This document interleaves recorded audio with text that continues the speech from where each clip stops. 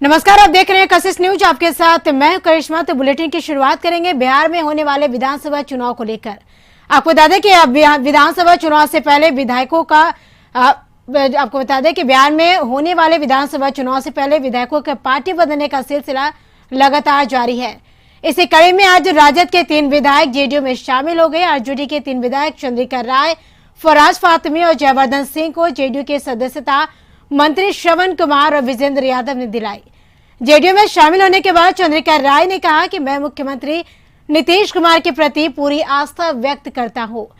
15 साल पहले जैसा बिहार नीतीश जी को मिला था, आज उसे पूरी तरह बदल दिया है। वहीं जेडीयू में शामिल होने के बाद जयवर्धन सिंह ने आरजेडी पर हमला बोलते हुए कहा कि राजद से मुझे घोर निराशा हुई और पार्टी में कोई भी सकारात्मक काम नहीं हुआ। पार्टी में मुझ पर व्यक्तिगत हमला करवाया गया। मैं शिकायत करने जाता तो कोई मेरी शिकायत भी नहीं सुनता। वही फराज फातमी ने कहा कि आरजेडी में पैसे लेकर उम्मीदवार खड़ा किए जाते हैं, मुझे पार्टी से क्यों निकाला गया। वही आरजेडी में जेडीयू के 3 विधायकों के शामिल होने पर मंत्री श्रवण कुमार ने कहा कि तीनों विधायकों के जेडीयू में शामिल होने से पार्टी में मजबूती आएगी। वही नीतीश कुमार ने विकास की लंबी लकीर खींची है, भविष्य में कोई भी उनसे बड़ी लकीर नहीं खींच सकता। वहीं आरजेडी के एमवाई समीकरण पर मंत्री विजेंद्र यादव ने कहा कि 90 के दशक में भागलपुर में सबसे बड़ा दंगा हुआ, दंगे के दोषियों को सजा क्यों नहीं मिली। नीतीश जी जब सत्ता में आए थे तो दंगाइयों को सजा मिली। खेत खाए गधा और मार खाए इन दोनों विधायक लोग। तो गधा को ना पनिशमेंट पहले मिलना चाहिए था, तब किसी और की बात होनी चाहिए थी। मगर ऐसा अन्याय हुआ जिसको देखने के बाद इस तरह की बातें नहीं हो सकती। मैं और एक बात कहना चाहता हूँ। आज राष्ट्रीय जनता दल जो पहले की तरह थी गरीबों की पार्टी, आज गरीबों की पार्टी नहीं है। आप देख रहे होंगे किस तरह से टिकट का बंटवारा हो रहा है। राज्यसभा का टिकट हो, कहीं से चले आते हैं, मेडिकल कॉलेज के धनाढ़ लोग चले आते हैं और उनके लिए रेड कार्पेट वेलकम होता है। हमेशा इन्होंने गरीबों की बात किया, हमेशा अपने क्षेत्र को कैसे आगे बढ़ाए उसकी चिंता इनके मन में थी। चाहे फराज फातमी साहब हो, चंद्रिका बाबू तो पुराने नेता हैं, इनका लगाव तो अपने क्षेत्र से बहुत रहता है, लोगों से भी रहता है, लोगों के संपर्क में भी रहते हैं। ये तीनों सम्मानित नेता आज नीतीश कुमार जी के कार्यों से प्रभावित होकर जनता दल की सदस्यता ग्रहण कर रहे हैं। 97 तक नहीं 2005 तक सरकार तो नहीं थी। आप सब लोग जानते हैं, जांच क्यों नहीं भागलपुर लगेगा। 18 लोग मारे गए थे, बेघर हुए थे, जमीन दखल कदम हुआ था। एनडीए में रहते 5 में जब श्री नीतीश कुमार जी के नेतृत्व में सरकार बनी तो जांच कभी संगठित हुआ। हिंदुस्तानी अवाम मोर्चा ने महागठबंधन से अलग होने का निर्णय ले लिया है। महागठबंधन में लगातार नाराज हो रहे बिहार के पूर्व मुख्यमंत्री जीतनराम मांझी ने आखिरकार महागठबंधन छोड़ने का फैसला कर लिया। इससे पहले पटना में मांझी ने पार्टी के कोर ग्रुप की बैठक बुलाई, जिसमें यह फैसला लिया गया। पार्टी प्रवक्ता दानिश रिजवान ने प्रेस कॉन्फ्रेंस कर इसकी जानकारी देते हुए कहा कि जेडीयू में हम के विलय की कोई संभावना नहीं है। मांझी एनडीए में जाएंगे या नहीं, इस पर कोई फैसला अभी नहीं लिया गया। इसका फैसला लेने के लिए जीतनराम मांझी को अधिकृत किया गया है। कोर ग्रुप ने यह तय किया है कि हम महागठबंधन का हिस्सा नहीं रहेंगे। स्पष्ट तरीके से हिंदुस्तानी अवाम मोर्चा महागठबंधन का घटक दल के तौर पे अब काम नहीं करेगी। हमने बहुत कोशिशें कर ली, बहुत आरजू मिन्नतें कर ली, और हमने ही नहीं, कांग्रेस पार्टी के राष्ट्रीय अध्यक्ष श्री राहुल गांधी जी ने भी वर्चुअल मीटिंग के दौरान इन बातों को कहा कि महागठबंधन में 1 हफ्ते के अंदर कोऑर्डिनेशन कमेटी बना ली जाएगी। लाख कोशिशों के बावजूद पता नहीं किस रवैये के कारण, किसके प्रेशर में राष्ट्रीय जनता दल के बिहार के जो अभी नेता हैं श्री तेजस्वी यादव जी, वो क्या निर्णय ले रहे हैं, हमें समझ में नहीं आ रहा है। राजद विधायकों के जदयू में जाने पर मदन मोहन झा का बयान। आपको बता दें कि जदयू के अपने आप पर भरोसा नहीं, इसलिए दूसरे दल के लोगों को पार्टी में शामिल करा रहे हैं। वहीं मांझी के मसले पर उन्होंने कहा कि जीतन राम मांझी क्या करेंगे वो जाने। 1 साल से उनके एनडीए छोड़ने की खबर सुन रहा हूं। महागठबंधन में कम्युनिकेशन गैप नहीं है। कोऑर्डिनेशन कमेटी की बात थी, कोऑर्डिनेशन खत्म हो चुका है। कोऑर्डिनेशन कमेटी जो है, हम लोग का ये कोऑर्डिनेशन की गैप था वो खत्म हो चुका है। हम लोग का आजकल जो आपस में बराबर विचार विमर्श होते रहता है, कम्युनिकेशन गैप हम लोग के बीच नहीं है। जो लोग अभी ज्वाइन करने वाले हैं वो लोग का मनसा कई सालों से यही रहा है और वो लोग करते रहे। ये इसका जवाब तो जीतन राम मांझी जी देंगे, क्योंकि ये बात तो 1 साल से हम लोग सुन रहे हैं, जो वहाँ जा रहे हैं, वहाँ जा रहे हैं, वहाँ जा रहे हैं, सब लोग वहीं रह रहे हैं। भाई वीरेंद्र ने जीतन राम मांझी के महागठबंधन से अलग होने पर कहा कि वे महागठबंधन में सभी को ब्लैकमेल करने का काम कर रहे थे। लालू यादव ने उनके पुत्र को एमएलसी बनाया, बावजूद वे समन्वय समिति बनाने के बहाने दबाव बनाते रहे। आप सारे लोग जो हैं महागठबंधन को ब्लैकमेल किया, आप 3 गो लोकसभा का टिकट लिया, आप खुद चुनाव लड़े। हम ज़्यादा विस्तार से नहीं जाना चाहते हैं, लेकिन महागठबंधन पर कोई प्रभाव नहीं पड़ेगा।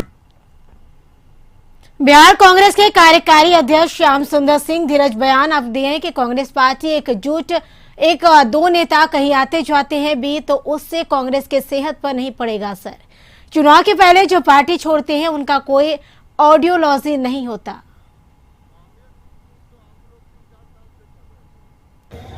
टूट हुई भी, इसको हम मानेंगे टूट हुई, लेकिन एक बात जान लीजिए कि ये जो टूट होती है ना, इसमें कोई सिद्धांत जुड़ा हुआ नहीं रहता है।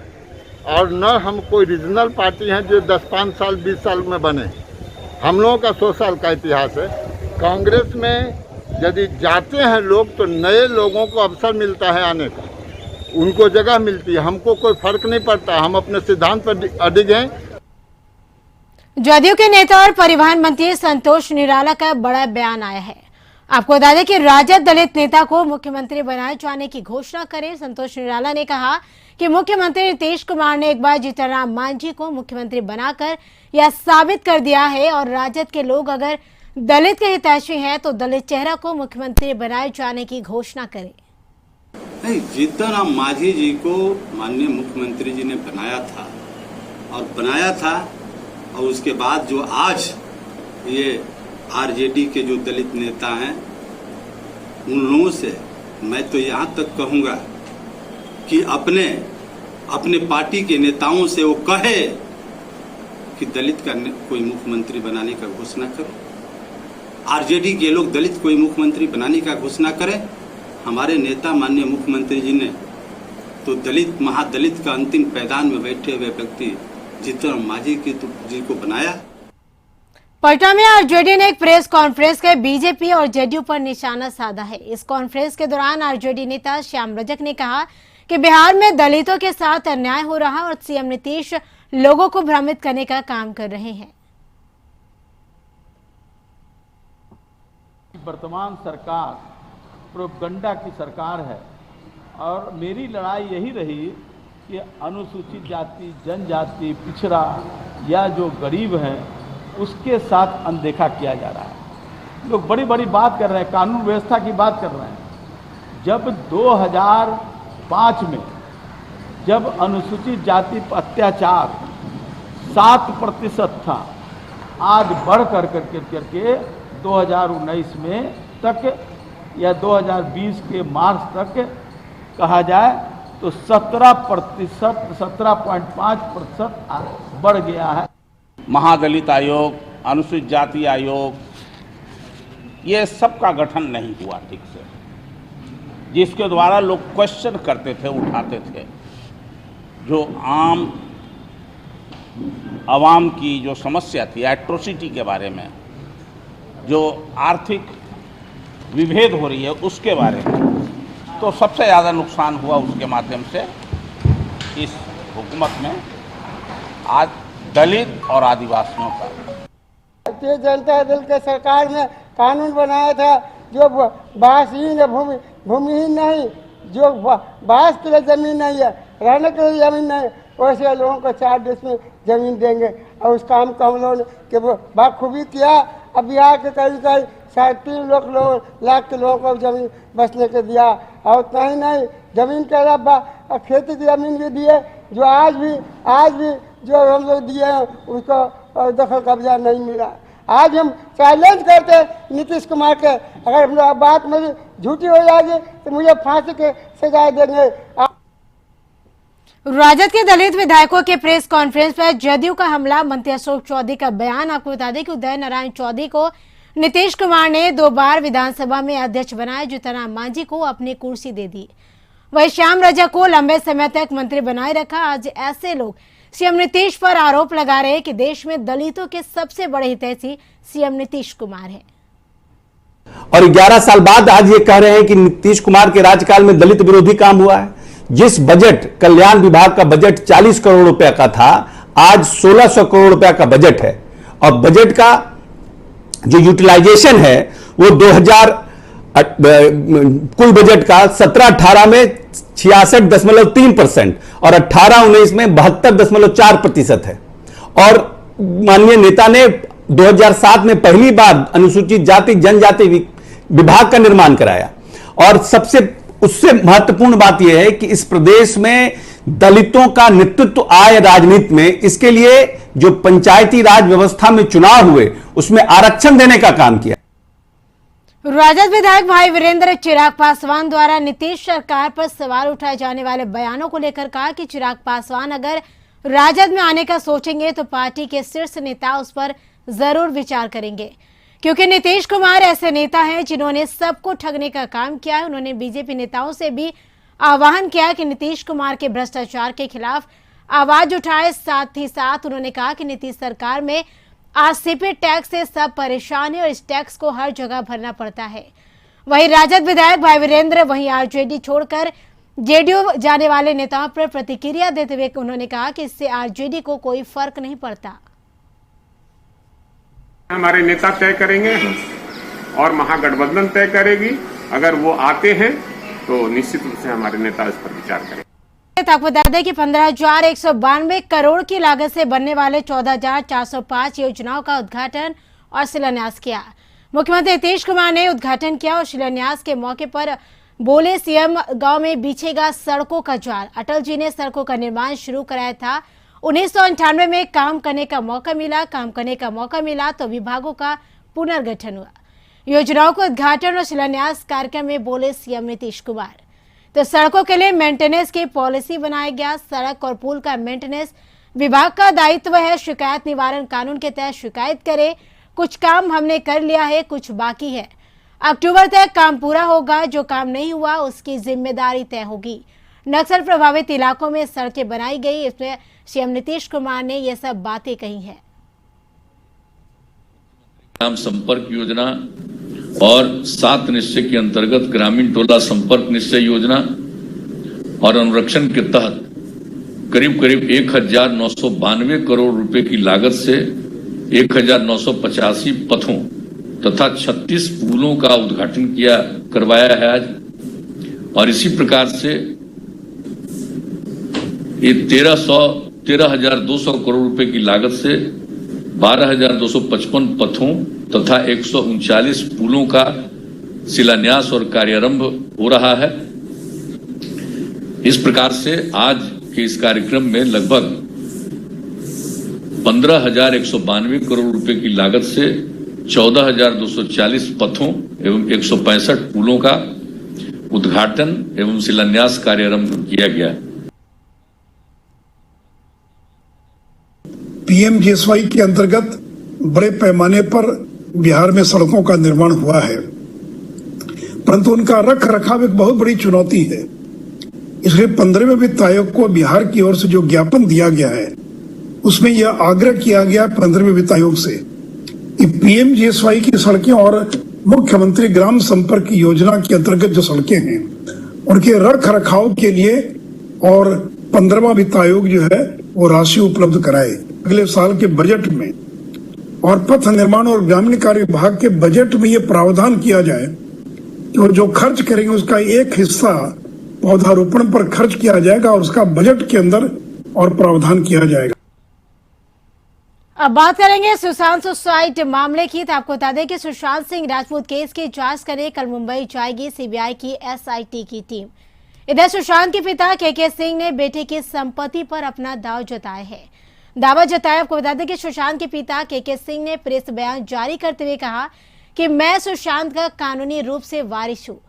सुशांत के पिता ने बयान प्रेस को जारी किए गए नोट में लिखा है कि सुशांत ने अपनी जिंदगी में जिन वकीलों, सीए और प्रोफेशनल को रखा था, उनकी सेवाएं ले रखी थी। कानूनी वारिस होने के चलते अब उनकी सेवाएं सुशांत की मौत के बाद समाप्त करता हूं। के सिंह ने कहा कि अब बिना मेरी सहमति के कोई भी वकील, सीए या अन्य, आप बता दें कि सुशांत की संपत्ति पर रिप्रेजेंट करने के हक नहीं होगा।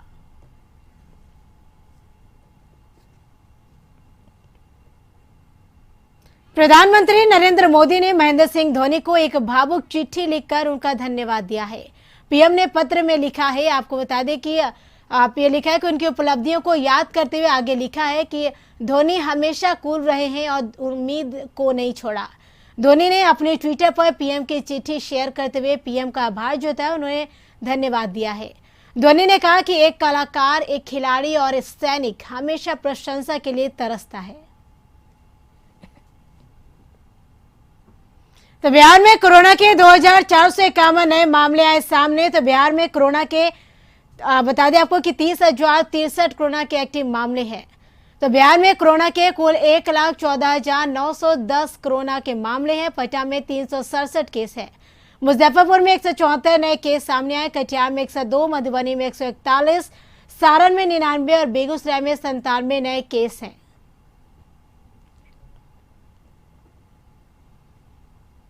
बात करेंगे झारखंड की। तो झारखंड में बुधवार को राज्य में 967 नए कोरोना पॉजिटिव मरीज मिले और राज्य में अब तक संक्रमितों की कुल संख्या 26,300 पर पहुंच चुकी है।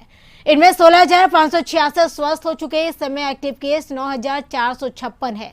तो कोरोना से बुधवार को 9 मरीजों की मौत हो गई, जिसमें रांची एक्सरे के डॉक्टर एसके पॉल, जमशेदपुर से 6, रामगढ़ और बोकारो के एक मरीज की मौत हो गई।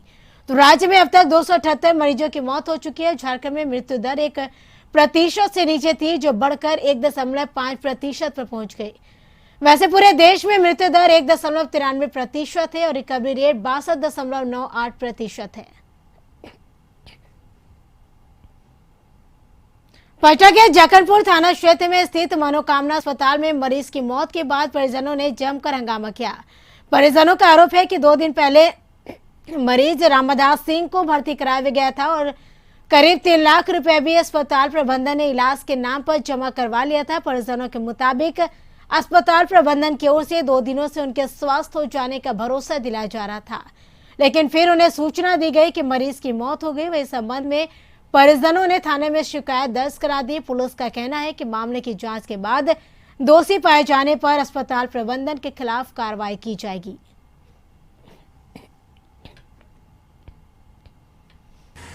ट्रीटमेंट सही नहीं था, वहाँ पे गफलती किया गया, वहाँ पे अनविश्वास, मतलब विश्वास पे हम लोग गए थे, विश्वास का वहाँ पे धज्जिया उड़ गया है। क्या किया गया था?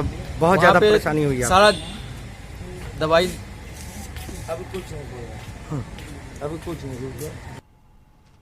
पटना में लगातार चोरों का उत्पात जारी है। दीघा थाना क्षेत्र के निराला कॉलोनी में, जो थाने के ठीक पीछे अवस्थित है, चोरों ने कल देर रात जमकर उत्पात मचाते हुए 5 घरों में करोड़ों की संपत्ति चोरी कर फरार हो गए। पुलिस मौके पर पहुंची है, मामले की छानबीन में जुटी है। मौके पर डॉग स्क्वाड के लिए भी बुलाया गया है। फिलहाल सीसीटीवी फुटेज में पूरी घटना कैद हो गई। अकाउंट ठीक थाने के पीछे अवस्थित है। सबसे बड़ी बात यह कि जिन घरों में भी चोरी हुई है उस सभी घर में लोग थे, लेकिन किसी को भी इस बात की भनक नहीं लगी। इलाके में सीसीटीवी फुटेज को खंगाला गया और कई सीसीटीवी फुटेज को पुलिस के हाथ लगे और जब पुलिस उन सीसीटीवी फुटेज के आधार पर जांच में जुटी है। पटना के दीघा थाना क्षेत्र के निराला कॉलोनी में चोरों का उत्पात हम आपको भी दिखाएंगे और शायद आपको ये जानकर बहुत आश्चर्य होगा कि ये कॉलोनी थाना के ठीक पीछे बसी हुई है। ये नज़ारा है, आपको दिखाना चाहेंगे। ये घर का नज़ारा है। 5 घरों में चोरी की, भीषण चोरी की घटना को चोरों ने अंजाम दिया है। सबसे बड़ी बात है कि सभी घरों में लोग थे, लेकिन किसी को इस बात की जानकारी नहीं। चोरी हो जाने के बाद लोग परेशान हुए। ये हम आपको दिखाना चाहेंगे। देखिए, यहाँ से ये लोग प्रवेश किए हैं, यहाँ से इसको तोड़ के प्रवेश किए। इस पूरे घर में लोग थे, इस रूम में कोई लोग नहीं था, यह बात जरूर है। उसके बाद लोगों ने लगभग 5 घरों में करोड़ों की संपत्ति कह सकते हैं कि यहाँ से चोरी करके फरार हो गए। ये पूरा नज़ारा हम आप देखें किस तरीके से इसी घर में लाखों रुपए की संपत्ति, जो कह सकते हैं कि कीमती जेवरात हैं, जो साड़ी हैं, साड़ी के साथ साथ कहते हैं रुपए हैं, उनको लेके फरार हो गए। इस समय हमारे साथ मौजूद हैं। कैसे आप लोग को जानकारी है? हम लोग सुबह में जाने, घर में लोग थे? हाँ घर में थे। पता नहीं चला? पता नहीं चला। कितने की, आपके यहाँ कितने की संपत्ति चोरी हो गई? हमारे 1 करोड़ के लगभग। आपके यहाँ देखिए घर में लोग थे और लेकिन लोगों को पता न चला। हम आपको यहाँ से बाहर का भी थोड़ा नज़ारा हम आपको दिखा दें। ये अपने आप में बहुत बड़ी लापरवाही है पटना पुलिस की। किस तरीके से थाने के ठीक पीछे ये पूरा कॉलोनी है और इस कॉलोनी में यहाँ चोरों ने 5 घरों में उत्पाद मचाया है और फिलहाल सभी का इस एक घर में 1 करोड़ से ज़्यादा की संपत्ति की चोरी हुई है। 4 अन्य घरों की बात करें तो वहाँ भी लाखों रुपए की संपत्ति की चोरी हुई है। ये पूरा कॉलोनी निराला कॉलोनी है और कहा जा सकता है कि दिग्गा थाना के ठीक पीछे हम आपको नज़ारा दिखाना चाहेंगे। इस कॉलोनी में 5 फ्लैटों में 5 घरों में चोरी हुई है और फिलहाल इधर हम आपको दिखाना चाहिए, इधर भी एक घर है जहां चोरी की वारदात को अंजाम दिया गया है। तो फिलहाल कहा यही जा सकता है करोड़ों की चोरी, एक घर में 1 करोड़ से ज़्यादा की संपत्ति की चोरी हुई है। जहां मैंने अभी आपको नज़ारा दिखाया 4 अन्य घरों में करोड़ों की चोरी हुई है। फिलहाल इस साल की पटना की सबसे बड़ी चोरी की घटना को पटना के दिग्गा में चोरों ने घटना को अंजाम दिया है। मुर्गुब आलम, पटना। मोतिहारी में एक बार फिर से कशिश न्यूज के खबर का असर हुआ। आपको बता दें कि जहां मोतिहारी पुलिस ने उन लोगों को गिरफ्तार कर लिया जिन लोगों ने साइकिल चोरी के आरोपी को सर मुंडवा कर पूरे गांव में घुमाया था। मोतिहारी एसपी नवीन चंद्र झा ने मामले में संज्ञान लिया और 3 लोगों को गिरफ्तार किया गया। बता दें कि ढाका थाना क्षेत्र के विशंबरपुर गांव में साइकिल चोरी के आरोप में 3 लोगों को ग्रामीणों ने पकड़कर पेड़ में बांध दिया था और पंचायत लगाकर तुगलकी फैसला सुनाया गया, जिसमें तीनों आरोपियों के सिर मुंडवा कर पूरे गांव में घुमाया गया था। साथ ही पूरे घटनाक्रम का वीडियो भी वायरल किया गया था। कौन गाँव? विशंबरपुर जी। इस संबंध में दिसंबर अपना पुलिस टीम के साथ जाके ढाका पुलिस, तो इस तीनों को से पूछताछ किया गया, जिसमें 3 आरोपित को गिरफ्तार किया गया है और कितने नामजद है? 8 नामजद हैं, 3 को गिरफ्तार किया गया है और शेष छापामारी जारी है। बिहार विधानसभा चुनाव 2020 को लेकर तैयारियां जोरों पर है। लखीसराय में भी जिला प्रशासन द्वारा तैयारियां शुरू कर दी गई है।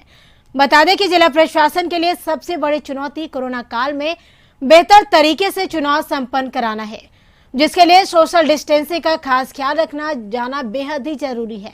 इसी को लेकर डीएम संजय कुमार सिंह सहित जिले के तमाम अधिकारी पॉलिटेक्निक एवं ITI कॉलेज पहुंचकर जायजा लिया। डीएम के अनुसार स्ट्रांग रूम और मतगणना स्थल के लिए कमरों की संख्या बढ़ाई जाएगी ताकि एक जगह पर ज्यादा भीड़ इकट्ठा नहीं हो पाए। बता दें कि इससे पहले शहर के बाजार समिति परिसर में स्ट्रांग रूम और मतगणना केंद्र बनाया जाता रहा है।